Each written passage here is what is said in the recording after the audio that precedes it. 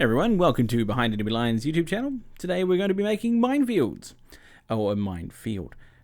With the new Team Yankee and version 4 Flames of War, minefields are now a 2-inch bubble around the marker. It can be a bit of a pain to measure that, like I've shown here, confused.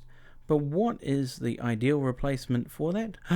A CD or DVD in this case. Something we don't really use that much anymore, but we still have plenty of. From the minefield, from the minefield token, you'll see that it's nearly, pretty much, almost exactly 2 inches. Perfect. Your diameter is about 37.6 centimeters around, so it does cover more than the old ones, which are 8 inches, but a CD across is about 4 and a bit inches. So you're going to need about 4 of these, I think. You get 1 minefield for every 25 points played, so we'll just throw down a few that we have that we don't need anymore, unimportant things, and we'll get those all started up. Alright, so we're going to need some tools to do this, of course. Now these are the old like coiny tokeny things of dead Germans and Russians that Battlefront had. The small ones without the bases, the German or the casualty packs. You can see some flocking there on the left and some static grass on the right. Some sand I just threw in there, some paint, a big acrylic bottle of something I picked up from on the cheap, so don't waste your good paint on basing. That's my motto. And of course a big dumb brush. You do not like that much. At some point I'm going to realize in that mess of things is a dead German, but we replaced him with a dead Russian because, there we go, wrong guy. So we'll use Greg's special CD here. He's got some Japanese anime. I haven't watched it myself, not sure what it is. So these old tokens, they used to come with the infantry packs you used to buy when you used to buy just a infantry force from Battlefront. They might still do them on their special order catalog. If they don't, hunt around, ask a friend. The casualty pack, they still do that. I like this one because he's sort of still keeled over. He's still alive, but he's in a bit of pain. They do a German and Russian, what do you call it? Casualties pack, or about to be casualties pack.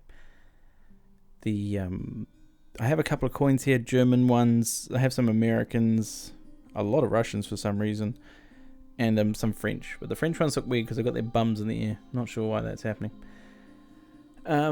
Peter Pig also do a range of injured, dead, casualty type figures, so they're available too. Now, this bit here is a bit smelly. It's oh yeah, you can use texture gel as well, but I obviously did not. I didn't like the timing it would take for it to dry. This took me, to dry from end to go is about 2 hours because the glue took a while to dry. So what I'm doing here is I'm building a lip around that casualty coin. That's what I'm going to call them. Super glue is quite good with sand in that the sand absorbs it and dries almost straight away, which is quite amazing.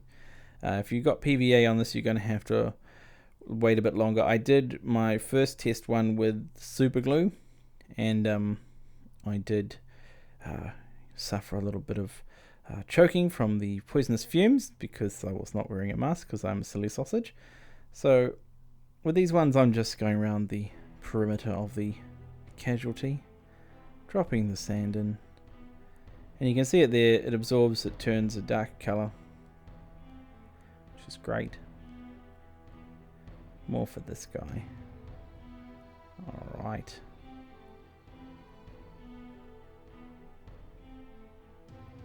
Straight around the legs, trying to get it in between there, but don't want to drop a big piece of sand, obviously, somewhere that would look unrealistic.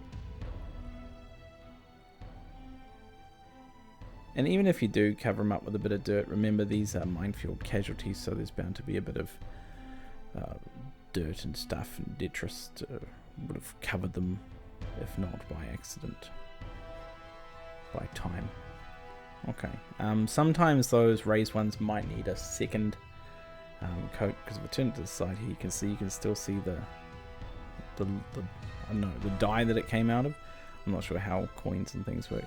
If Battlefront don't sell these, they should, because they're quite nifty things for making terrain. I'm looking in front of me now, and I've got 11 Russian casualty coins. I have no idea where I got them from. I'm assuming that every pack of Russians I used to sell might have come with 2, because I don't remember purchasing that many big box sets of them. And I don't remember ever seeing any British casualty coins. I know there's Americans because I got those, but there just didn't seem to be any British ones. Okay, so do this in a well ventilated area, because you will die, and that is not ideal. I'm using cheap super glue here, dollar store stuff. You buy like 30 in a box, and you have to open it with a drawing pin. Don't worry about this guy. He's not buried that much. He's just buried a wee bit. Okay, so the rest of it I'm going to use PVA glue, because I don't want to poison myself, and that's pretty much it. I don't want to poison myself. It's just a preference to living above ground. Alright, there's me telling you that I'm going to obviously cover this in PVA, and fingers crossed we'll be right back. There we go. So this is a different one I prepared earlier, because I'm that kind of guy. I found one of these old engineering tokens. It's basically a sign against the barrel, and there's some more dead guys, more casualty markers. So those are Russian and Soviet casualties, and that's one of the coins up there. So I've got 4 things on this. The poster paint on the right there that you can see looks very red, almost a caramel color. So it is quite bright, and most browns you'll find from craft shops are red based. So I've gone and added some black to it, so that'll darken it up a bit, and I'm going to cover this in paint. So this bit here, you can be as sloppy as you want. Don't worry about overpainting the figures, because we'll come back to them and we'll paint them. But don't obviously put a giant dollop on each one, because you will ruin the detail. But be haphazard, but take caution, and try not to paint on you. Well, it doesn't matter for my self-healing pad. I've already used it to test airbrushes on, so it's no big deal. So once you do this, all evidence of what it was on the CD, DVD is covered. So we'll come back once it's done. Well, do a lighter color. I picked out beige brown, but obviously I'm going to do flat earth over this, because I think flat earth looks really good. In the end, I picked the flat earth in one of the khaki type colors. And I also did a quick paint job on the Russians. Nothing flash. Got PVA glue in a cup there. I've sped this up because this is literally watching me put down some flock and some static grass. So just put it in random spots. I like to have a bit of dirt showing. Now, when you first get the mine token, you think it's not that big, but if you get 4 of these, which you will in a 100-point game, and you lay them down side by side, you'll see that there's a massive area denial, and you can force your enemies through to certain points, choke points. That's the word I was looking for. I mean, the old 8-inch ones were cool, but these ones, I think they'll have a bigger effect. Now, another thing to note is, even though I use poster paint, you want to try to keep your theme to go with your army. So I'm building a Grenadier / Panzer Grenadier force. So obviously I wanted to keep the same basing. So this is a Spring Mix by Gale Force 9. That was me complaining about how that tub from Games Workshop cost me $17, and that pot over there only cost me $6. I bought that years ago. Obviously don't buy Games Workshop anymore, it's just the one I had handy. It's probably like $20 now.